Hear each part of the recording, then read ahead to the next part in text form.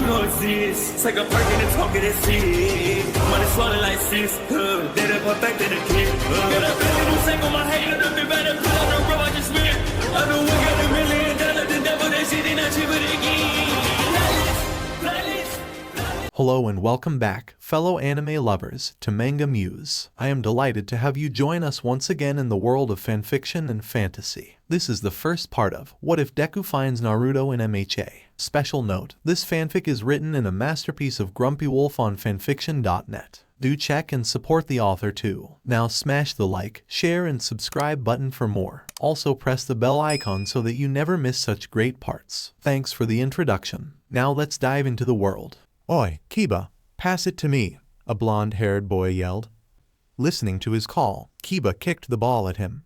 It looked like it was going to go out of bounds. It had been kicked way too high up in the air. However, the blonde-haired boy crouched and suddenly launched himself in the air. It was as if there was a jetpack attached to his back. He got 2 times more airtime than the world record of the best NBA player in the world from a few generations ago, and, to top it all off, he also made an impressive flip in the air before kicking the soccer ball with the heel of his foot, accurately blasting it towards the corner of the opposing team's goal post like a rocket. It was the exaggerated swagger of a mutant-type quirk user. The goalkeeper had not even seen the ball coming. Before he knew what happened, not only that the ball flew past his head like a bullet, it even made a hole in the net of the goal post and exploded with a loud boom when it smashed against the outer wall of the school in the back of the soccer field. The blonde boy landed on the ground gracefully and made a victory pose, quite proud of the awesome goal that he had just scored. But the other children on the pitch did not look surprised in the least. Instead, they were annoyed.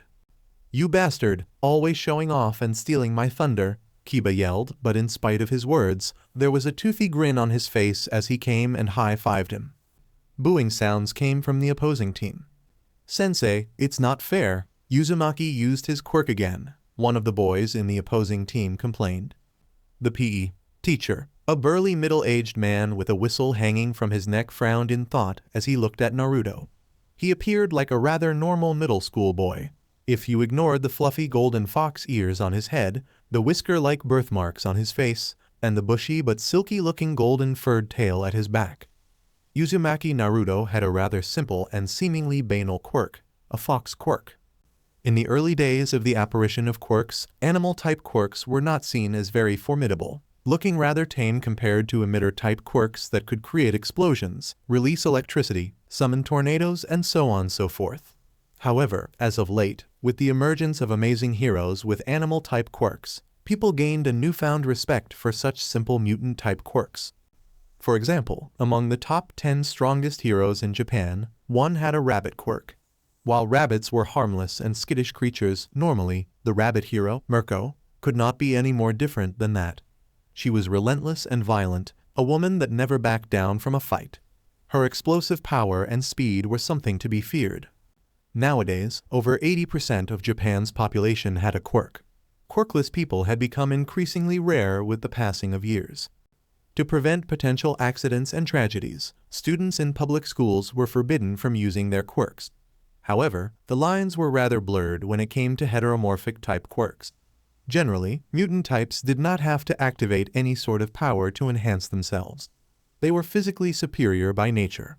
Performing superhuman feats was the norm for them. The PE teacher was broken off from his musings when another blonde boy, "Why were all blondes problem children?"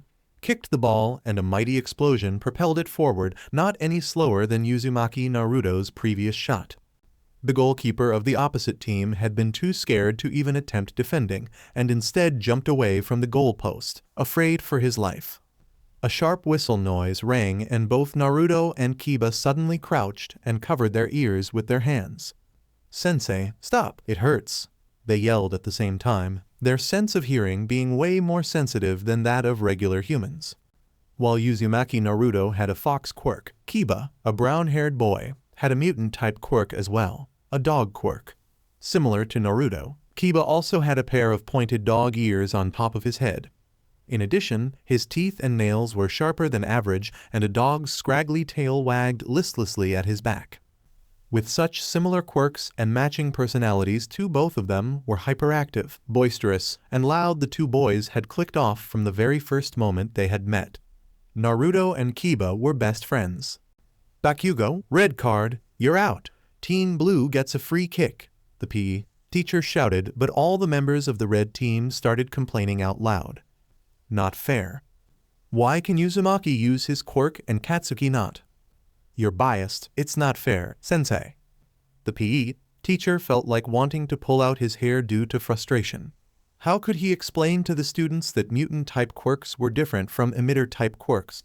It was, indeed, unfair, but such was life too. The only way to stop people with mutant-type quirks from using their strength and natural advantages, imagine a four-armed man for a goalkeeper, was to ban them from playing completely, but that would lead to the opening of another can of worms, discrimination, which was even worse.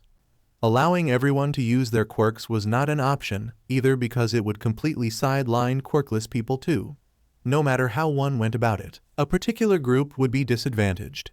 Banning emitter-type quirk users from using their powers was the most fair option there was. In the end, the match did not get a proper finish, as it devolved into a huge argument between students and the teacher, with the principal being forced to intervene in order to put a stop to it. TCH, the soccer championship was cancelled this year too. To heck with that, they should just let everyone use their quirks. We'd still kick everyone's butts," the fox-like boy said as he walked on the sidewalk while juggling skillfully with a soccer ball. "But of course, we're the strongest in the whole school. Why is the school catering to all these losers with useless quirks?" Kiba said in annoyance. "Oi, that was mean. Izuku here doesn't have a quirk at all," Naruto said. The boy in question stammered and waved his hands as if to say he doesn't mind it, but Naruto put his hands on his waist and said, "Listen, man, you gotta have more confidence. You can't let people walk over you like that. Stand up for yourself. If you don't punt dog breath when he goes out of line, he'll never learn his lesson." "What was that, cunt? I'll kick your ass," Kiba yelled, and a growl-like sound came from him. Easy for you to say that when you have such an amazing quirk," Izuku murmured. He was a short and rather scrawny boy with wavy green hair and a timid-looking freckled face. Izuku had spoken quietly enough that regular people would not be able to hear his words, but the two boys next to him just happened to have an extremely sharp sense of hearing, among other things. "Even if you can't do something by yourself, you should rely on your friends a bit," Naruto said with a grin and threw his arm around Izuku's shoulder. "That's what friends are for. We help each other. I still haven't forgotten how you helped me pass my maths term exam. If it weren't for you, I would be stuck in cram school now." The green-haired boy smiled shyly at Naruto's encouragement. "That's right. You might be quirkless, but you're our friend," Kiba said in agreement and punched him lightly in the shoulder. "And if that exploding blonde bastard tries to find trouble with you again, just tell me. I will beat the crap out of him every time he tries to bully you." "There's no need for that. Katsuki is leaving me alone these days," Izuku said and showed a big smile. While the three boys were in the same year, Naruto and Kiba were not in the same class as Izuku. Izuku and his bully, Bakugo, were in a different class. After Kiba and Naruto took Izuku under their wings, Bakugo had tried to find trouble with Izuku for betraying their class and siding with the enemy. Bakugo had an intense rivalry with the amazing duo of fox and dog quirk users from the other class. In truth, Bakugo could not care less about his class. It was just a pretext he found to mess with Izuku. All that repressed anger and annoyance at not being able to defeat Inosuke Kiba had to be vented somewhere, and what better choice of a target than a quirkless boy that could not defend himself? However, things did not end well for the bully. Once Kiba found out about it, in a fit of anger, he jumped on Bakugo the next time he saw him and proceeded to beat him so badly that even his mother had trouble recognizing his face. That day, Inosuke Kiba had claimed the position as the top dog in Aldera Junior High. Kiba got suspended for 2 weeks for that stunt. Bakugo's mother had even tried to press charges, but she dropped the matter soon after because altercations between teenagers with quirks were far too common these days. Seeing as her son had not suffered any lasting trauma from the incident, it would be difficult for her case to find any success in court. Regular teens had always been a volatile mass of emotions, pride, and more energy than they knew what to do with it. Adding superpowers into the mix was a recipe for disaster. For example, only a few days ago, a teen boy had stolen someone's bag, and when he was found out and cornered, he went out of control. Transforming into a giant humanoid monster, he started to wreak havoc. The incident made it to the local newspapers. As the three boys walked home together, they kept talking and joking around happily. Eventually, they had to disband their merry little group, seeing as they lived in different areas of the district. As Naruto walked home, he continued to play with his soccer ball. Sometimes, he would run at the passers by coming from the opposite direction, startling them, only to do a rainbow soccer trick, kicking the ball with his heel from the back over his and his opponent's heads before rushing past them. Sometimes, people would get annoyed with him, but most of them would usually just smile helplessly at him. After years of witnessing his shenanigans, most of the people on that street had become familiar with the energetic fox-like boy. Right as he passed by a playground, the younger kids that saw him with the ball quickly rushed out and crowded around him. "Naruto Nyai-san, show us some cool tricks," they all yelled enthused. As per usual, Naruto did not ignore their pleas. He loved showing off his soccer skills. All right, just gimme some space, yo," he said, and entered the playground with his ball. With the kids moving a bit back and making a circle around him, Naruto grinned at them and put his foot on top of the ball. Suddenly, he rolled the ball towards him and lifted it in the air with the tip of his foot right above his head. Before the ball could fall to the ground, he stepped in and bent down a bit, the ball landing right on the back of his neck. So far, so good. It was nothing amazing, just a neck stall. Any other soccer enthusiast could probably do that. It was what followed that made the kids all break into loud cheers. In an impressive display of dexterity and body-eye coordination, Naruto used his knees, feet, and even his fluffy tail to juggle the ball spectacularly. All good things come to an end, however, and accompanied by a chorus of disappointed whines from the kids, Naruto left the playground and started heading home once again. Suddenly, an obnoxious baby laughter ringtone rang and Naruto groaned. It was his cell phone. Flipping it open and answering the call, he was forced to distance the phone from his sensitive hearing as a woman's loud voice blasted into his eardrums.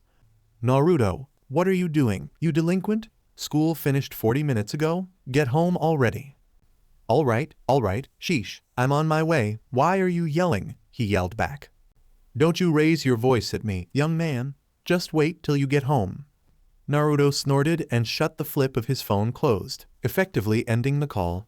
He did not really care about his mother's retaliation and threats in the least. All she or his father could do was yell at him. And that was a common issue for many parents nowadays. When children had quirks so powerful that they would not look out of place in a superhero comic book, their parents were often at a loss in how to deal with them when they acted rebelliously. What's her problem anyway? Not like I'm doing any illegal shit. I'm not even smoking like the cool kids, and I'm not doing drugs either like punks who skip classes. All she does is bitch about my grades and for coming home late every day. Picking up his ball in his hands, he started walking home, not even in the mood to play around anymore. "What do I even need good grades for anyway?" he grumbled and kicked a piece of rock on the sidewalk in frustration. He was not oblivious in regards to how amazing his quirk was.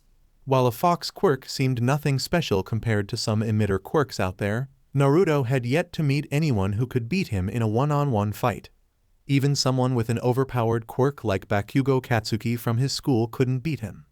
After all, Naruto was a tiny bit stronger than Kiba, and the dog quirk user had mopped the floor with Bakugo. Furthermore, besides his enhanced dexterity and physical capabilities, Naruto's fox quirk granted him a powerful sense of smell, very sensitive hearing, and excellent eyesight and night vision too. His career paths were promising. Even if he didn't become a hero, which was doubtful, he could easily join the police special forces. The anti-drug department would do anything short of killing to get someone like him in their ranks. It was while he was having these thoughts that something had all of a sudden slammed into the crown of his head, and he toppled over, the sight in front of his eyes darkening. So disoriented and shocked he was that he didn't even register the pain for a moment. He didn't understand what was happening. But 2 seconds later, pain exploded from his head. It was as if someone had cracked his skull open with an axe as a mind-splitting headache made him break out in cries of pain as he held his head. The wet and sticky feeling on his hands let him know that he was bleeding and bleeding profusely at that. Even as his eyes were tightly shut as he tried to cope with the insane amount of pain, his sensitive fox ears picked up the sound of liquid flowing close by. His eyes opened in shock when he felt his body getting engulfed by a wet and disgusting feeling. What the? He cried out, but the green mass of mud and goo that had suddenly entrapped him took that chance to cover his mouth and nose, muffling his yells of fear. Instincts took over, and the boy started fighting desperately for his life. His nails lengthened into claws and his body began spasming and squirming as he kicked and scratched at the mass of goo with everything he had. However, his struggle accomplished nothing except making him burn oxygen faster. With the green sludge covering his mouth and nose, he could not breathe. His movement slowed down to a stop and his arms fell down lifelessly. He was moments away from dying from asphyxiation. "Help! Somebody! Help me!" Naruto cried out in his mind. But there was nobody around. He was attacked in a less frequented alley where people did not pass by too often.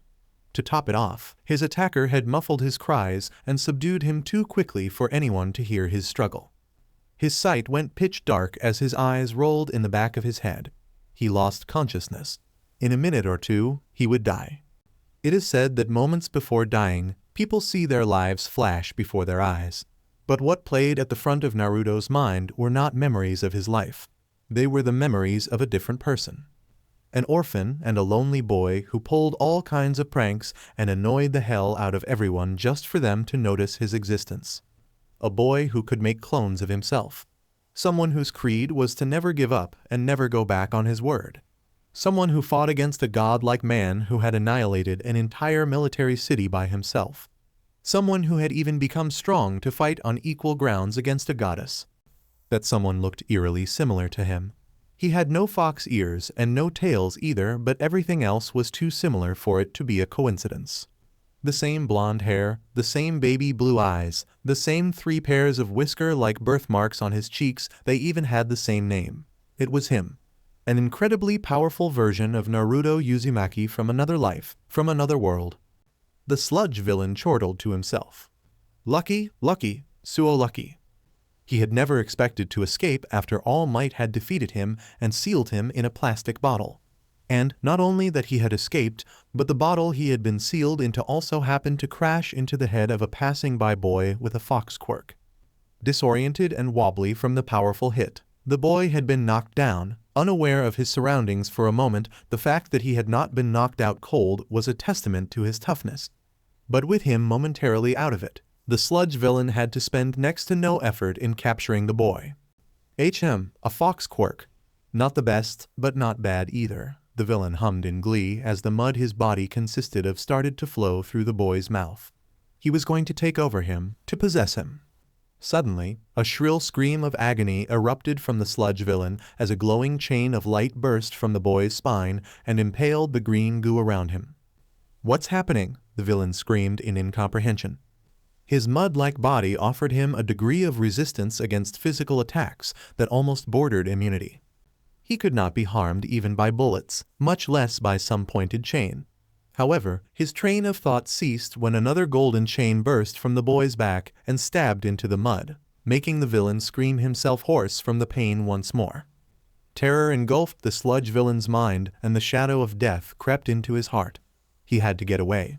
He didn't understand how could he be wounded so severely by some chains, but he had a feeling that if another 1 or 2 of those chains impaled him, he would perish.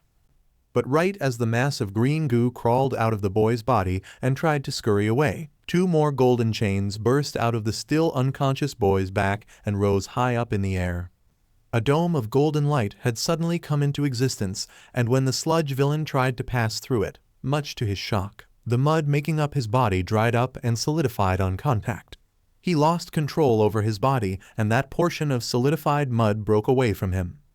Further thought regarding that anomaly ended, however, as the sharp and pointed ends of the 4 golden chains that created the chain dome had suddenly stabbed into his body. The sludge villain could not even find the strength to voice out his frustration and unwillingness to die. Even as the last portion of his body dried up and broke into pieces, his last thought was one of disbelief. unable to accept or understand how after escaping from the hands of the number one strongest hero, he would die at the hands of some nameless 14-year-old boy. "Ah, how could I make such a mistake?" a very tall and thin young man yelled at himself. As he climbed down the stairs from the rooftop of the building where he landed together with the fanboy who had clung to him, All Might was stupefied to discover that the plastic bottle in which he had sealed the sludge villain was no longer in the pocket of his cargo pants.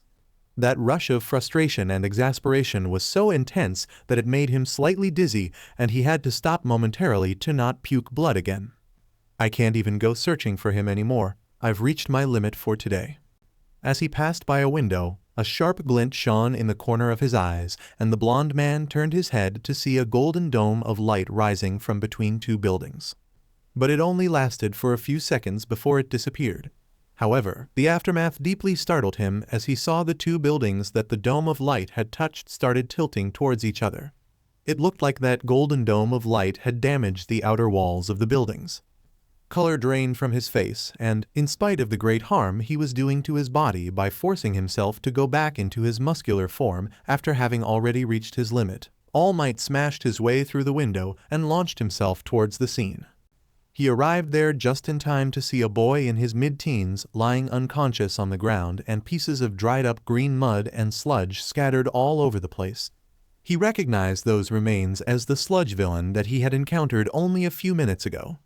But All Might did not waste his already limited time thinking too much about the situation. Saving the lives of other people came first. Scooping the unconscious boy in his arms, he quickly jumped into the collapsing buildings to save the rest of the people trapped within. Fortunately, All Might was not the only hero that had arrived at the scene speedily. Other prominent heroes such as Kamui, Death Arms, and Backdraft had also come to help the people trapped in the half-collapsed buildings. Fortunately, nobody had died, but there were dozens of injured people, and the property damage was significant as well. But where did that golden light come from? What kind of quirk is that? It was the question that everyone was asking on the internet, seeing as the incident had gone viral. Unfortunately for the curious people, nobody had managed to capture the actual moment in a photo or in a video, so they were not clear on what had caused the buildings to collapse. What was clear, however, was that a villain with a powerful quirk had tried to attack a young boy who was on his way home from school. What made the situation go viral is that not only that two buildings had been destroyed and dozens of people had been injured, but that the villain in question was found dead at the scene as well. And that had led to all sorts of speculations. Did that boy kill the villain? But how? According to the authorities, he only has a fox quirk. It was a bad match-up against the sludge villain. Maybe he has two quirks? Is that even possible? I mean, there's Endeavor's son. He has both a fire and an ice quirk. Yo, hear me out. What if there is a third person? What if someone else was at the scene and killed the villain before running away? A vigilante? While the media outlets and the people on the internet were fussing greatly over this matter, the boy in question was still unconscious in the hospital. 2 days passed since the sludge villain's attack and subsequent death, but the victim had to regain his consciousness. "My son, is he going to be okay? Please tell me he's fine," a blonde-haired man said, his voice cracking towards the end. His eyes were filled with unshed tears. Next to him, a red-haired woman was crying in silence, her face buried in her palms. Naruto's parents were greatly distraught over the news.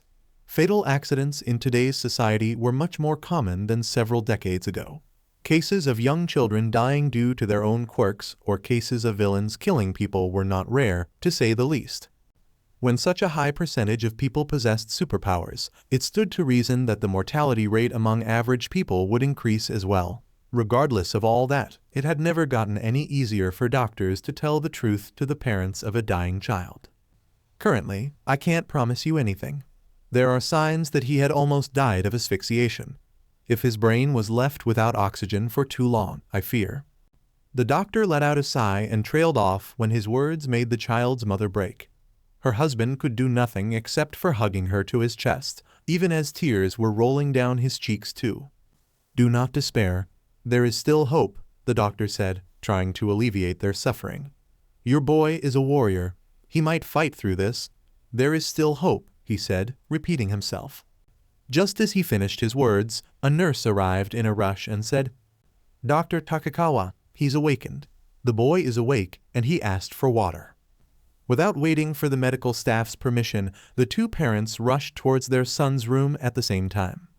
A white ceiling, an oddly familiar and unpleasant smell of antibiotics, and the sound of medical machines beeping in the background.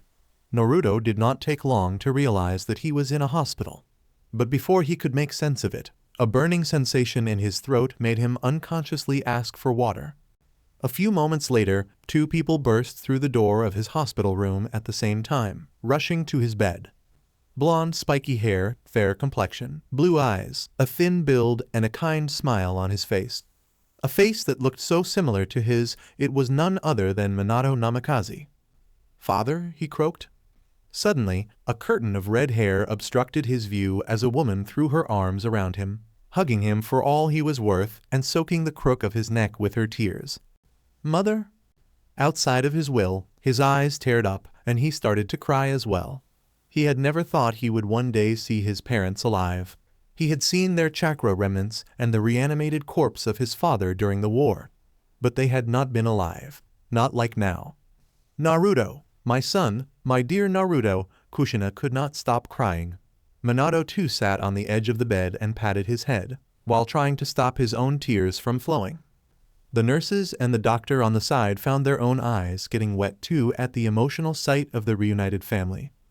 However, at that moment, a sudden thought cut through Naruto's heart like a searing hot blade. This is a lie, only an illusion. He could still remember it as if it had happened yesterday. He could still vividly recall the rabbit goddess, Kaguya, killing Sasuke, and then pulling out the biju from his body. He could still vividly remember the god tree's branches wrapping around him, and the blood-red moon shining ominously in the sky. He started to cry even harder as his arms wrapped around his mother's back, embracing her as if it was the last time. But after a few moments, his hands came together and his fingers formed a ram's seal. "Kai," he whispered. However, nothing happened. "Kai," he said, this time speaking out loud. Kushina lifted her head and looked at him in worry. "What's wrong, honey?" Naruto closed his eyes and sobbed in silence. "This isn't real. None of this is real. Only an illusion to trick me. An illusion of the life I've never had," he said. Admitting those words out loud caused him untold amounts of pain. What are you saying, dear?" "I'm real. I'm here," Kushina said, starting to get scared of what her son was saying. Even if it was only an imaginary world, an illusion, Naruto could not help his tears. "I love you, Mom." Looking up at his father, he told him too. "I love you, Dad. I wish I could stay here forever. I wish I could be with you forever." He could not continue as he choked on a sob. "But I can't. This isn't real." He put his hands again in a ram's seal and shouted, "Release, Kai." Alerted by the boy's shouts, the doctor and the nurses pulled away Minato and Kushina from his bed. Even as Naruto started to shout in desperation as if he was trying to break a spell, one of the nurses came with a syringe and injected a serum into his neck. In but a few seconds, the boy's agitation disappeared and he closed his eyes. A few moments later, he fell asleep. 2 weeks later. "Come on, man, even Bakugo doesn't want to miss out on this. We gotta show that bastard who the best class is," Kiba said, his voice half annoyed, half pleading. Since the soccer championship had been cancelled without the two rival teams finding out who exactly was the best, the students decided to have an unofficial match after classes, outside of school, and decide it once and for all. "Sorry, man, I can't. Dad needs my help with the car." 2 weeks passed since the sludge villain incident happened, and Naruto had become the most famous kid in his school. However, it only took a few days for everyone to realize that he was a changed person since that day.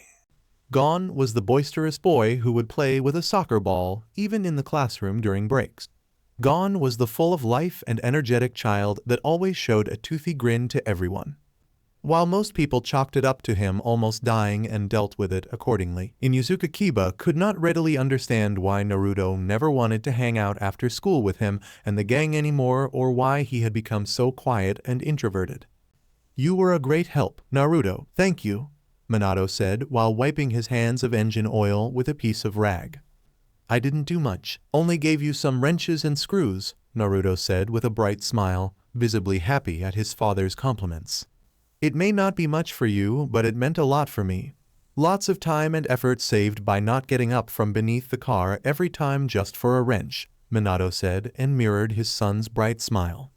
He threw his arm around Naruto's shoulder and said, "Tell you what, how about we take your mother, and we all go out today for a pizza tonight instead of having dinner at home?" "For real?" the boy said in excitement. "When did I ever lie to you?" If possible, Naruto's smile became even wider. "Awesome, I'll go tell Mom." Helping his father around the garage, mowing the lawn, washing the dishes, taking out the trash, and even helping out his mother with cooking, Kushina had not even known her son could cook. Ever since almost dying at the hands of the sludge villain, it was as if Naruto had become a completely different person. While beforehand he was bratty and had a tense relationship with his parents, nowadays it looked like he was attached to their hip. He was doing everything in his power to be together with them, for as long as possible every day. It had to be said that both Minato and Kushina were deeply moved by the changes in their son. Not a day passed without Kushina giving him at least a half-a-minute-long hug. If it was Naruto from before, he would try to get away from her arms as fast as possible, while saying in annoyance that he wasn't a little kid anymore. But nowadays, whenever his mom hugged him, Naruto melted in her arms and hugged her back just as tight. Whenever his father called him for a game of chess, Naruto would even put down his homework and come play with him. It was to the point where his parents were starting to worry about him and were thinking about going with him to a psychologist for therapy. It was only Naruto's insistence that he was perfectly fine that stopped them from going through with it. I just never appreciated how lucky I am to be alive," Naruto said when they had tried to talk to him about their worries regarding the drastic changes in his behavior. "How lucky I am to have parents. Good parents like you. I almost died. You saw me when I woke up at first. I thought I was dreaming. I thought it was an illusion, but I survived. I want to make the most of my life. And I want to show you every day how much I appreciate and respect you." Those heartfelt words completely disarmed Minato and Kushina of all the arguments that they had prepared beforehand to convince him of going to therapy. In the first place, it was impossible for them to be mad about the fact that their teenage son stopped being a brat and showed his affection for them so openly now. Even as almost 1 month passed since he had regained the memories of his past life, Naruto still felt like he was dreaming. For a long time, he had thought that his current life was nothing but an illusion. He had thought that the infinite Tsukuyomi that Madara had cast on the moon had entrapped him too after he lost the fight against Kaguya. However, as days passed one by one, he was beginning to accept that his current life was not an illusion. In the first place, he could not feel the existence of chakra. He had tried countless times to access it, but to no avail. Furthermore, Japan and the society he lived in currently could not be any more different from the elemental nations and Konohagakure no Sado. They were so different, and there were so many new things that his mind alone could have not imagined such stuff. It was impossible for Genjutsu to show him something that he had never heard of before. Even if I'm wrong and everything I've felt for the past 14 years was fake, even if all of it was just an illusion or just a dream, I don't want to wake up. Listen to me, Naruto. Never reveal that quirk of yours to anyone, no matter what, even if your best friend. No, even if your father and I were to die in front of your eyes, as long as there are other people around, never use your chains. Never. Before leaving the hospital, his mother had insisted he did now answer any of the curious questions of the nurses or the reporters. She had also chased away any of the journalists that tried to interview him in regards to the incident after he was discharged from the hospital. He let out a sigh and he caressed his fluffy fox tail with his hands, making sure it was entire wet before grabbing a bottle from the edge of the shower cab that showed an image of a furry tail and a pair of animal ears. Turning off the water, he started to scrub his fur with the special shampoo, making a great deal of bubbles.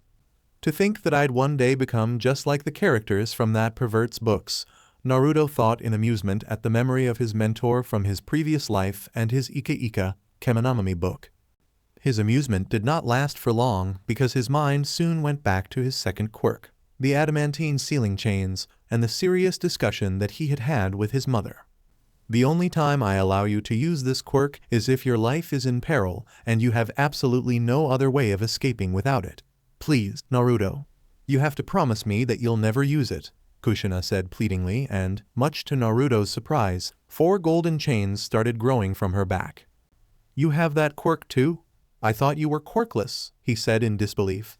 How could she have kept such an important secret from her family for such a long time?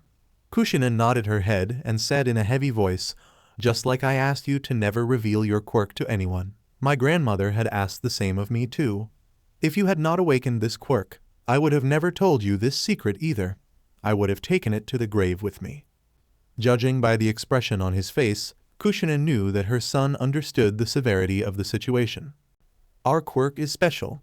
It doesn't manifest like other quirks in early childhood. It takes a moment of great stress or desperation to awaken it. It could happen when you are very young, but it could also happen when you are in your 20s or older. Or it might not awaken at all. For example, my grandmother awakened these chains when she was in her late 30s, but my mother never awakened this quirk at all. As for me, I was 8 years old when it happened, during the car crash in which my parents died. What I'm telling you now is 100% serious, Naruto. This is not a joke. A very powerful man has had his eyes on this quirk for decades. It's only thanks to my grandmother's efforts, Mito, that he had lost all traces of our family. But the moment that you reveal your quirk to the public, he will find out. He will find you, and he will kill you. But why would someone be so obsessed with this quirk? Naruto asked, a bit freaked out. Think about the villain that attacked you. He had a powerful mutant-type quirk, but your chains nullified it. These chains, they do have their downsides. They are rather slow, so heroes and villains specializing in speed can avoid them without much problem. And their limited range makes those capable of flight difficult to catch. But if someone does get caught by the chains, it is all over. There is no escaping from it. Our quirk is the bane of all quirks. And that's why my grandmother had been hunted down. Why I had kept my quirk a secret even from my family, and why you also need to keep it secret too, no matter the cost. The one who is after us will stop at nothing to get his hands on this quirk. Not a day passed without Naruto thinking back to his mom's words. Ever since that day, Kushina never brought up the topic again, nor had she ever used her quirk in front of him. It was a secret that only the two of them knew. I don't blame her for keeping it a secret from Dad, he thought while using the showerhead to rinse his foxtail. Unlike the yellow flash fourth Hokage from his previous life, Minato Namikaze of this world was just a regular man. He was a brilliant accountant and a devoted family man, but he was no fighter. As for Minato's special ability, his quirk was a perfect recall memory. That was one of the reasons why he was so successful in his professional life. That said, finding out that his wife and his son could one day end up in mortal peril would not do Minato any good. As intelligent as he was, Minato was still just an ordinary human. Mom doesn't trust me enough yet to tell me who's the one that wants our quirk. She doesn't know who I used to be in my previous life. Turning off the water, he stepped out of the shower and grabbed a large towel before taking a seat on a stool and starting to dry his hair, his fox ears, and his foxtail. I didn't even know it was possible to steal someone's quirk, he continued his train of thought. But I'll be damned if I let anyone touch even a single hair of Mom and Dad. They'd have to get over my dead body to do so. He had not appreciated his parents before. However, after regaining the memories of his previous life, his family had become the most important thing in the world. I may not have chakra in this world, but I'm not a regular human this time around either. This fox quirk, I will make the most of it. I will become powerful enough to protect the ones I love. Naruto had wanted to become a pro hero even before he recovered his memories, but his motivation was completely different now. Becoming a pro hero was no longer the end goal. Now, his end goal was to keep his family safe. Since you're all third years, it's time for you to think seriously about your future. I'll pass out handouts for your future plans now, but you're all pretty much planning to go into the hero course, right? At the homeroom teacher's words, the class erupted into cheers and everyone started to show off their quirks. Yes, you all have wonderful quirks, but using your quirks at school is against the rules. A disdainful voice rang over all the other noises in the classroom. It was none other than Katsuki Bakugo. Sensei, don't lump us all in the same group. I'm not gonna be stuck at the bottom with the rest of these rejects. That was uncalled for, Katsuki. Yeah, nobody asked for your opinion, shut up. But the blonde boy laughed in ridicule. You should shut you up like the extras that you are, haha. While the kids were yelling at each other, the teacher looked through some of his files. Oh, if I remember correctly, you want to go to UA. Hi, right, Bakugo.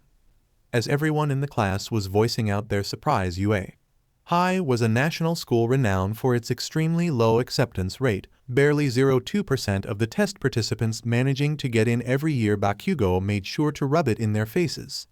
That's exactly why you guys are just extras. I aced the mock test. I'm the only one in this school who could possibly get into UA. I'll definitely surpass All Might and become the top hero. My name will be inscribed on the list of top earners. But the teacher saw it as the perfect moment to pour a bucket of ice-cold water on his arrogance.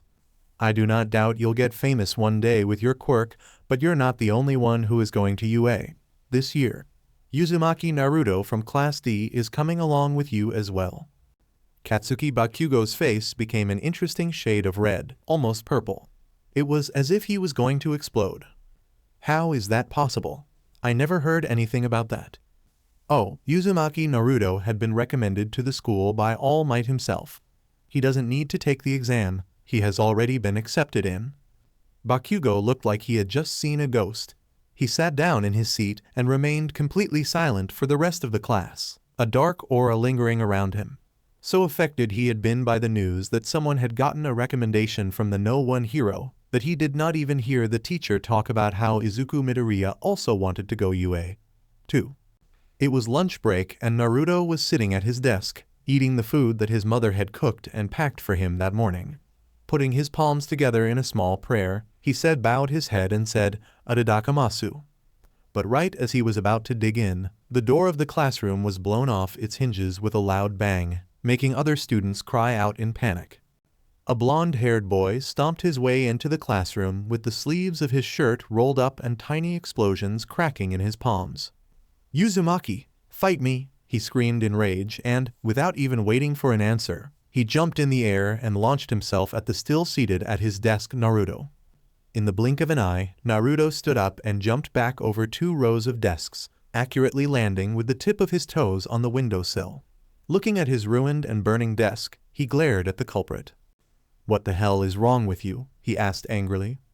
However, in Bakugo's eyes, it sounded way different. The fact that the fox boy had apparently had the leisure to not only dodge his charge, but also grab his lunchbox and chopsticks from the table was like pouring gasoline on a fire. "You dare to mock me?" Bakugo screamed enraged and lunged at Naruto full of bad intentions. But Naruto let himself fall on his back, easily slipping through the open window and falling to the ground from the 2nd floor. His classmates cried out in shock at what he did, and even Bakugo stopped in his tracks in disbelief. But when he looked through the window and saw Naruto standing on the ground completely unharmed and even grabbing a meatball from his lunchbox with his chopsticks, Bakugo saw white in front of his eyes. He was so angry that he couldn't even form coherent sentences. "Why, you bastard, ow." In the end, he just gave up on speaking and jumped off through the window as well, his hands extended in front of him and booming with explosions. "Alright, that's quite enough," Naruto said in annoyance. Right as Bakugo's palm was 30 centimeters away from his face, Naruto stepped to the side, grabbed one of the boy's forearms with his free hand, the other one was still holding his lunchbox, and tripped him with his left foot. The boy had too much momentum to stop himself in time, and he crashed face first into the asphalt. A scream of rage came from Bakugo as he pushed with his hands against the ground to lift himself up, but Naruto suddenly appeared on top of him and pressed a knee on his back, flattening him against the ground. Naruto did not press hard enough to cause him pain, but his weight made the boy struggle like a madman, unable to breathe. "Let go of me, furry shithead. I'll smash your face when I get up. You hear me? I'll kill you." "I don't know what's your problem, but you should calm the fuck down," Naruto said in annoyance and lightly slammed himself with his butt on Bakugo's back, knocking the wind out of him. Then, still using Bakugo's body as if it was a chair, he started eating from his lunchbox amidst the boy's howls and threats of bodily harm. "My mom put in her effort and love to make me this lunchbox. What if you spoiled it? Naruto scolded him as he munched on some rice. You should never waste food. Other people. I've had enough of you, Bakugo suddenly screamed, and it was only thanks to his sharp, animalistic instincts that Naruto jumped away in time, evading the explosion by the skin of his teeth.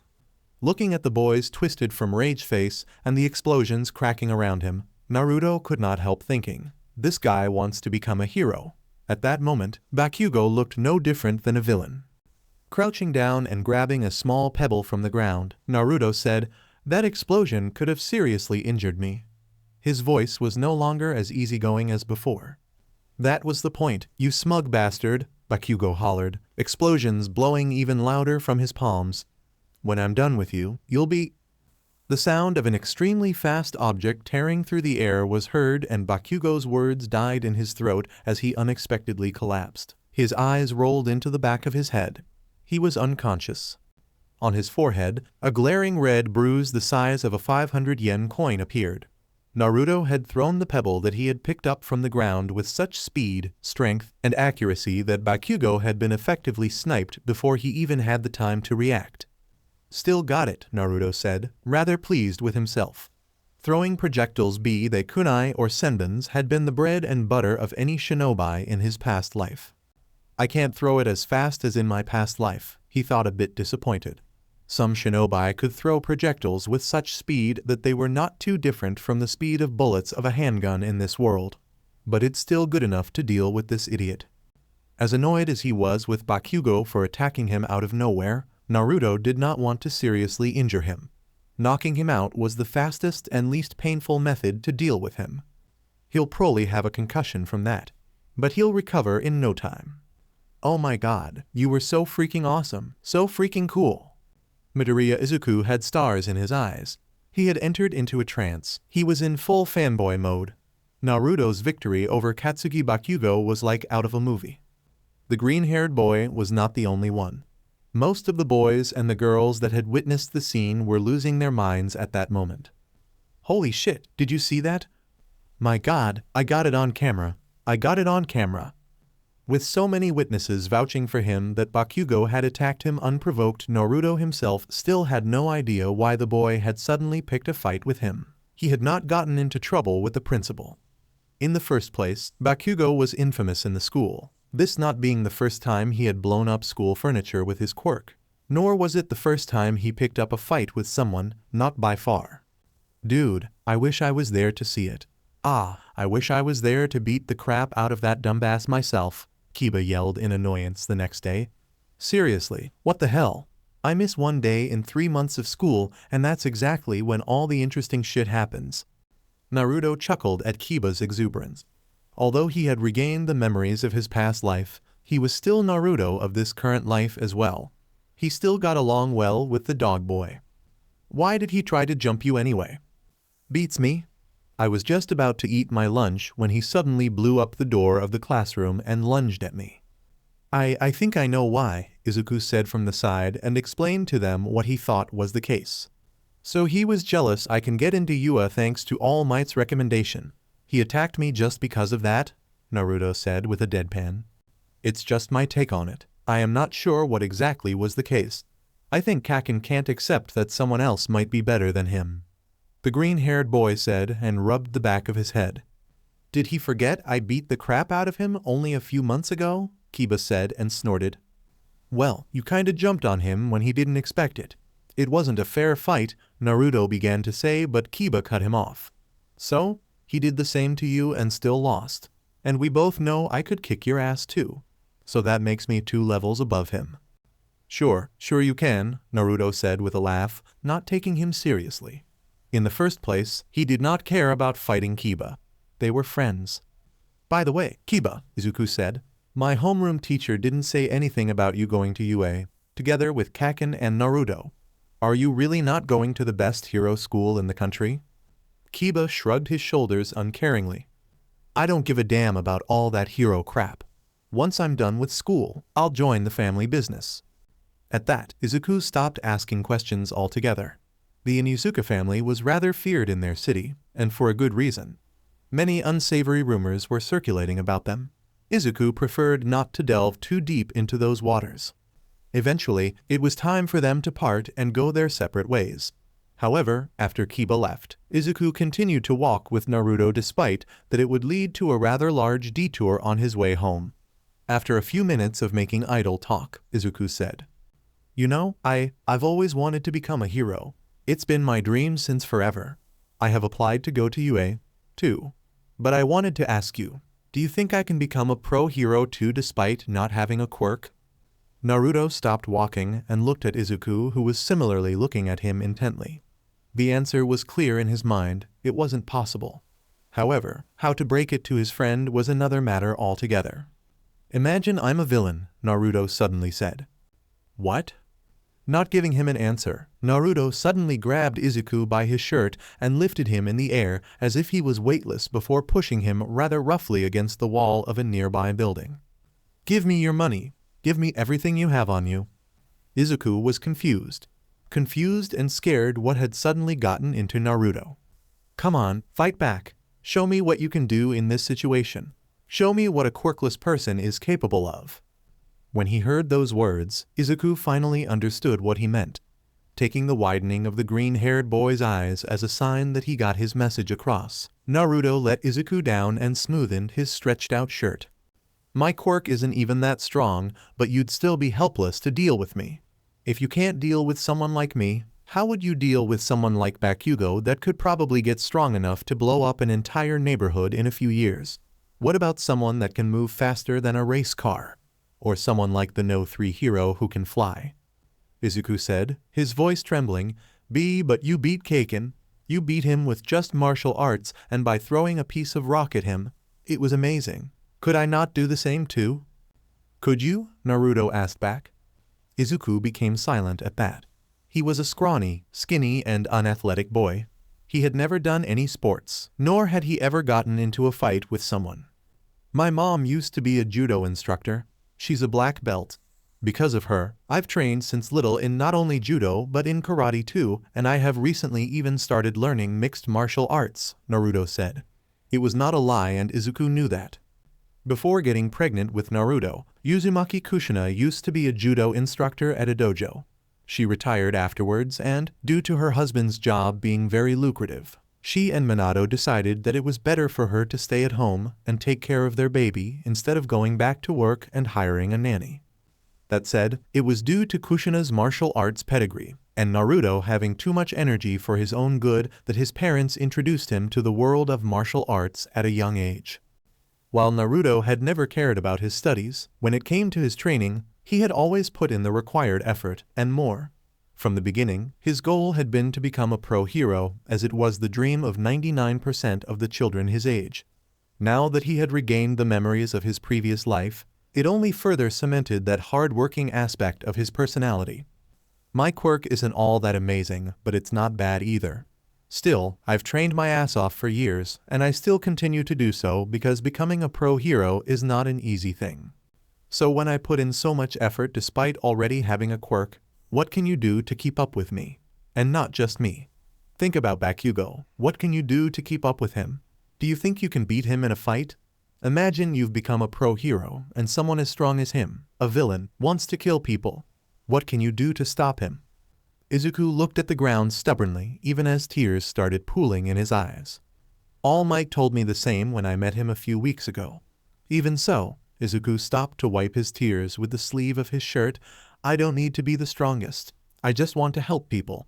I want people to feel safe when I'm around. I want to be like All Might. To say I am here, and immediately make everyone believe that everything is going to be all right." Naruto blew out a long sigh. It pained him to see Izuku cry like that, and it pained him even more when he thought about how impossible his dreams seemed to be. He did not know what to say for a while, and nearly a minute of uncomfortable silence followed, the only sounds heard being Izuku's sobs and the car's engines passing by in the background. "Reminds me of how I used to be in my previous life," Naruto thought. "Nobody believed me when I said I would become greater than any of the Hokage and make everyone acknowledge me." But then, he shook his head. "Still, in some regards, we couldn't be more different. I had the tools to become great. I was from the Uzumaki clan and I had Kurama too. Izuku has nothing. Thinking about his former lifelong companion, Naruto's tail sagged. He missed the grumpy old fox. They may have not been friends for a long time before they were both killed by Kaguya, but Naruto would never forget just how many times the Biju had saved his life.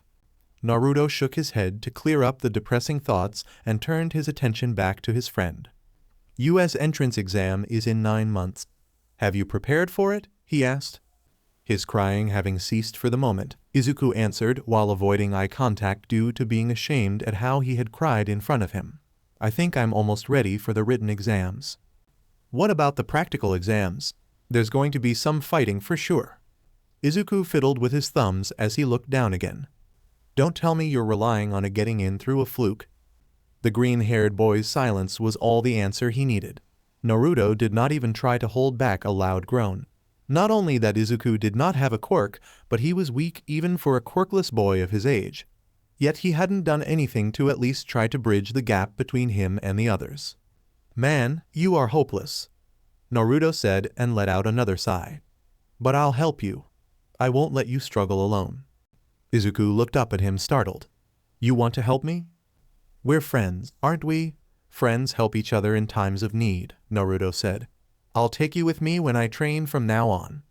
Monday, Wednesday, and Friday, we'll go to the gym. Tuesday, Thursday, and Saturday, we'll go to the dojo and you'll learn from one of our sensei there. I will spar with you too after you learn the basics. Training every day. Naruto frowned a little at his reaction. Listen, Izuku, becoming a hero without a quirk is unheard of. But I'll support you since you're my friend. But if you're not ready to put in 10 times more effort than everyone else, you might as well give up now. You're wasting your time and maybe even ruining your future career options. If want to become a hero, that wishy-washy attitude won't work. You're either all in or you're out. Izuku showed a pondering look for a while, but then his eyes became resolute and his face brimmed with determination when he said, I'll do it. I'll do everything you tell me. You won't hear even one word of complaint from me. Naruto patted his shoulder and smiled in encouragement. I'll ask Mom to make a workout plan for you and a diet plan too. She knows about this stuff much more than I do. I'll give them to you on Monday, okay? So we start on Monday? Izuku asked. Yep. Enjoy your last 2 days of comfortable life to their fullest, Naruto said with a chuckle and waved his hand in goodbye. All right, see you, man. Have a nice weekend. 4 kunai split the air at a speed that made them barely visible to the naked eye before hitting 4 different targets that had been placed randomly in the backyard of his house. Then again, and again. Eventually, Naruto ran out of kunai and went to collect them before starting to practice his aim again. But this time, he threw them while he was running and jumping. Miraculously, every single one of those kunai hit its target perfectly. Several months passed since Naruto had regained the memory of his past life, and ever since that day, he had been doing nothing but going to school, spending time with his parents, and training. He was training to the point of exhaustion every day, except for Sundays that were dedicated to resting and recovering. My quirk is not bad, but it has its limitations. I have to maximize what I can do with it. While he had a wealth of experience with fighting, throwing weapons, and even with a bow staff due to his memories, they were mostly theoretical. That's why, nowadays he was training his body until wielding those weapons became second nature to him, to ingrain it in his muscle memory. Training at the dojo is kinda useless these days. I can't wait until I go to UA. His expertise in taijutsu and the superhuman physical capabilities granted to him by his quirk made sparring with other people unsatisfactory. He was too good and too powerful.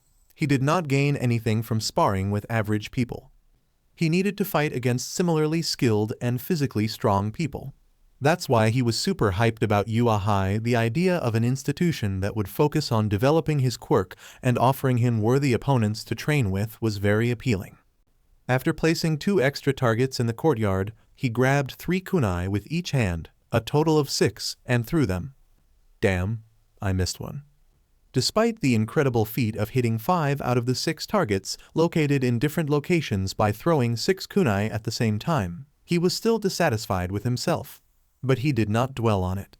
Picking up another 6 kunai, he threw them once more. Hard work had never betrayed him. Immersed in his training, time flew by without his notice. He was shaken awake from his single-minded training by the voice of his mother. "Naruto-chan, dinner is ready. Your father has arrived from work too. Let's eat together." If it had been him from before regaining his memories, he would have gotten annoyed at his mom addressing him that way. But now, he showed a large smile as he said, "Sure, just let me pick up my kunai. Give me 2 minutes." "Be careful with those knives, Naruto. You could get seriously hurt," Kushina said, frowning her brows in worry when he saw the band-aids wrapped around his fingers. "Yes, I will be careful. Don't worry, I won't hurt myself," Naruto said. "Your words would be a lot more convincing if your hands weren't full of bandages." Despite that his mother was in the midst of scolding him, his heart was full of warmth. Naruto had never had someone worry about his well-being in his past life. Not for small stuff like that. "I didn't cut myself. Look," he said, and put down his knife and his fork and peeled off one of the band-aids wrapped around his index finger, revealing an angry red, almost raw-looking line. It looked as if it was caused by something very thin and sharp, something that had dug into the skin of his fingers. "It's from a wire," Naruto explained. "I've been thinking about ways to trap someone using my knives and wire. But my hands are too soft. I need some time before my skin thickens and I get calluses. I also need to find some wire that's more durable than fishing lines," he said, muttering the last sentence more for himself rather than for them. His father listened to their talk very interested. "Where did you get those knives, by the way?" Minato asked. Naruto rubbed the back of his head as he replied. "I used my allowance. I asked Mom to give me all the money you would normally give me in a month at once." His father put his knife and fork down and looked at Naruto seriously as he said, "That money was for you to have fun. If you need things for training, just talk to us. We'll support you as much as we can, Naruto." Before regaining his memories, Naruto used to spend his allowance by going to arcade games together with Inosuke Kiba, and, sometimes, with Izukumidoriya too. But he had stopped doing that altogether after the sludge villain's attack. Nowadays, he used all that money his parents gave him on buying kunai, strong fishing lines, and, as of late, he had started saving up money to buy smoke bombs. "Where did you get all these ideas about using weapons, anyway?" Minato asked curiously. "I've been thinking about it for some time, especially after that guy, Bakugo, attacked me at school," Naruto said. "Oh, the kid with the exploding quirk?" Minato said in recognition. Aside from the memories of his past life, Naruto shared everything with his parents. He held no secrets, especially not from his mom. "Yep, that one. His quirk is honestly amazing. If he gets into Yua and stops being a jerk." "Language, Naruto," Kushina chided him lightly. "I could totally see him becoming one of the top heroes in the future. Anyway, I beat him easily because I know how to fight. But if I don't keep on improving, in a few years, I won't be his match. I have to work hard to stay one step ahead of everyone." Although months had passed since his parents noticed for the first time the drastic changes in their son, there were still moments when Naruto surprised them with his maturity. "So I've been thinking of ways to close the gap between me and other people that have stronger quirks. Ways to take full advantage of my quirk's superhuman strength, agility, and dexterity. I got this idea from the stories about ninjas from the Middle Ages." "Minato, you should see how good he is with his throwing knives," Kushina gushed, suddenly going from being worried about Naruto getting hurt in training to speaking in excitement about his skill with the knives. As a martial arts practitioner herself, she could appreciate the amount of effort and dedication Naruto was putting into his training. "I'm serious. He can throw 6 knives at once and hit 6 different targets every time. It's incredible." "She's exaggerating. I'm not hitting all of them every time," Naruto mumbled, slightly embarrassed at her praise. Finishing eating, Minato grabbed his plates and stood up. After putting them into the sink, he came back to the table and said, "I'm proud of how hardworking you are even after knowing that you've already been accepted into Yua High. Keep at it, Naruto. Your mom and I will support you to the best of our ability. Make a list with the tools and the equipment you need and give it to me tomorrow, okay? Your dad has quite a good job, so you don't have to worry about the expenses as long as you don't want some crazy stuff," the blonde man said and put a hand on his son's head, rubbing it softly. Maybe it was a side effect of having a fox quirk, or maybe it was simply because he was starved for his parents' affection, or maybe because of both. Naruto closed his eyes and leaned into the head pat, a quiet purring sound coming from his throat as his father gently scratched the top of his head, between his fluffy fox ears. Kushina giggled at the scene and grinned widely. Although she wanted Naruto to never go through a similar incident again, she could not help thinking deep within her heart that maybe the sludge villain's attack had been a blessing in disguise for their family. Before that, Naruto had been a rebellious teenager, disrespectful towards both her and his father, and he was rarely at home at all during the day, spending his time either at the dojo on the days when he trained or haunting the neighborhood with his friends in the days when he did not get to the dojo. Naruto showing his affection towards them so openly had not happened in years. Unknowingly, Kushina's eyes watered and Naruto just happened to look at her at that moment. "Are you okay, Mom?" he asked in worry when he saw her on the verge of crying. She stood up from her chair, came behind him, and wrapped her arms around him. "I'm more than okay. I'm just so happy." Not one to be left out, Minato also joined his wife and son in a family hug. The sweeter his time with his parents was, the more restless he was becoming. The happier he was, the more worried he became, and the more his love for his parents grew, the more his urgency to become stronger was growing as well. Those contrasting feelings made him roll in his bed listlessly for hours that night. One moment his heart was flooded with happiness at the thought of how much his parents cared for him and loved him, and in the next moment, he would curl into a ball and clench his fists in worry due to knowing that he was not strong enough yet to protect them should a powerful villain attack them. Eventually, he stood up from his bed and, putting on a pair of sneakers, Naruto opened the window of his bedroom before jumping out. Despite falling from a height of over 5 meters, he did not make even the slightest sound when he landed on the ground. Next, he broke into a mad dash, his body appearing as little more than a phantom in the darkness of the night. He jumped on top of the 2 meters tall concrete fence of his courtyard effortlessly, and from there, he launched himself on the rooftop of one of the neighboring houses, once again not causing even the slightest tremor or noise when he landed. He started shinobi jumping from one rooftop to another with such grace and confidence that it would leave Parker enthusiasts breathless from awe. The closer he got to the center of the city, the higher the buildings were becoming, and Naruto was forced to start climbing up the walls.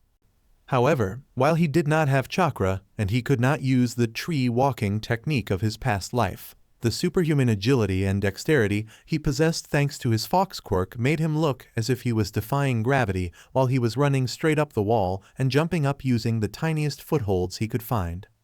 Furthermore, that big and fluffy fox tail at his back that he was usually annoyed with due to how much time it took him to wash it when he took baths was actually proving its use at this moment, giving him an increased degree of control of his body while he was in the air, allowing him to even change the direction of his jump or the speed of his landing. Several months later, a wide and tall amphitheater-style room was filled to the brim with children in their mid-teens.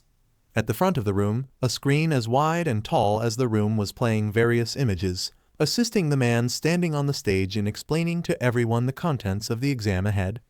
That's right, it was the Hero Course Orientation exam. As it says in the application requirements, you will be conducting mock urban battles after this. You can bring whatever you want with you.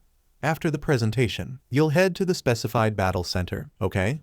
Standing in front of the enormous gates of the city-like battle center, Izukumidoriya gripped tightly a 2 meters long metal staff in his hands. It's time. I will show everyone that even a quirkless person like me can do it. I'll give everything I got from my training at the dojo over the past 9 months. I won't disappoint Naruto. I will show him that he didn't waste his time and effort helping me train. I won't disappoint the expectations of my sensei either. I will become the hero I've always dreamt of being. While Naruto did not personally train Izuku on a daily basis, they did spar at least once a week, especially after 3 months into Izuku's training, when the green-haired boy had gotten the basic movements and training mentality down. He still remembered vividly Naruto's advice. You're short and you're physically weak. Even if you went to the gym for years, it would still not be enough to keep up with those people that have quirks that give them superhuman strength. So you have to keep that in mind, man. You need to know your limits and where you stand. That's why I think it would be great for you to learn how to use a weapon first instead of hand-to-hand fighting. I recommend you use a bow staff. I'm using one myself too. As a typical nerdy boy, His first thought was katana. But once he got home and started thinking in more depth about his choice of weapon, after weighing in the pros and cons of several different weapons, the Izuku decided on learning how to use a bow staff too. For a complete noob like him, swords were actually not that great, especially not katanas. In contrast, using a staff made up for what he was missing. A staff would grant him a reach advantage over his opponents, and it would let him generate significant power with his strikes. After 9 months of arduous training, Izuku had grown a few inches taller. His body had gained quite a bit of muscle and, most importantly, he had way much more self-confidence than before. A sudden yell startled all the boys and the girls who had been staring open-mouthed at the city-like battle center through its wide open gates. "What's wrong? There are no real countdowns in real fights. Run, run. The die had been cast, you know?" As one, the group of children broke into a mad dash and spread through the city. Izuku was among them too. Only a few moments later, a 2 or 3 meters tall robot standing on a one-wheel foot made a turn and lunged at him. It was the type that was worth 1 point. "I'll kill you," came the robotic voice, but Izuku did not even flinch. Thanks to the hundreds of hours spent training with his bow staff and sparring against Naruto and his sensei at the dojo, Izuku had gotten used to being in a fight. Just as the robot swung its right arm at him in a wild cross, Izuku ducked under the swing and, clenching his hands on the end of his bow staff with as much strength as he could, he swung at the robot himself too. The other end of the staff smashed into the shoulder of the robot with a loud sound of metal colliding, making its body shake and momentarily disturbing its balance. The robot only had 1 foot. But the result was far from what Izuku had expected. Against a regular human, that staff strike would have smashed their shoulder to bits, or, at the very least, dislocated it. Against this robot, however, it proved to be useless. Not only that the robot had not been harmed in the least, but the rebound force also traveled back through the staff and Izuku's hands became numb from pain, almost losing their grip on his weapon. It was then that the reality of the situation finally dawned on Izuku for the first time. Just how big was his disadvantage due to being quirkless?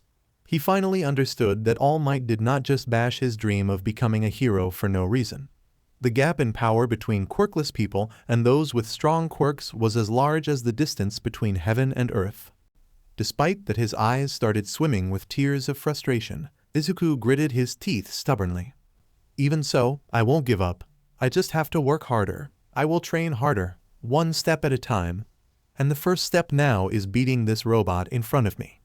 His mind regained its calm, and he jumped back a few steps, putting some distance between him and the robot. But the robot's AI did not seem to be very high as it just charged back at the boy in front of him like a bulldozer, doing the same type of attack, swinging its punch again, only that it was the other arm this time. "Your body may be too sturdy and strong for me to damage it. But what about that camera on your head?" Izuku thought, and, once he evaded the robot's wild punch again, he swung his staff from his back overhead and let out a cry as he smashed it against the robot's head with all of his strength. The end of the metallic staff just happened to hit the red lens on the robot's face that served as its eye, breaking it into smithereens. Unable to see anything anymore, the robot started flailing its arms aimlessly before eventually losing its equilibrium when it bumped into a light pole and fell down. 1 point, Izuku said, and let out a scream of triumph. "I can do it. Even without a quirk, I can do it." That small victory lit a flame in his heart and his confidence soared. Nevertheless, the mock battle exam lasted only 10 minutes. By the time the exam ended, reality hit Izuku like a train. Only 3 points. He had only managed to defeat 3 robots that were worth 1 point each. Try as he might, he could not stop the tears that suddenly flooded his eyes. He was not dumb. He did not need to wait for a week or 2 until he received the official results to know that he did not make it. He had heard other students talk about getting at least 10 points, while there were some with particularly strong quirks that had gotten even over 50 points. Izuku's prediction turned out to be true several days later when a letter arrived at his residence. He had failed. Attached to the letter was also a file that showed the rankings of the entrance exam participants. While he had done well in the written exam, his practical exam had one of the lowest scores among all. He had failed to join the hero course of the UA.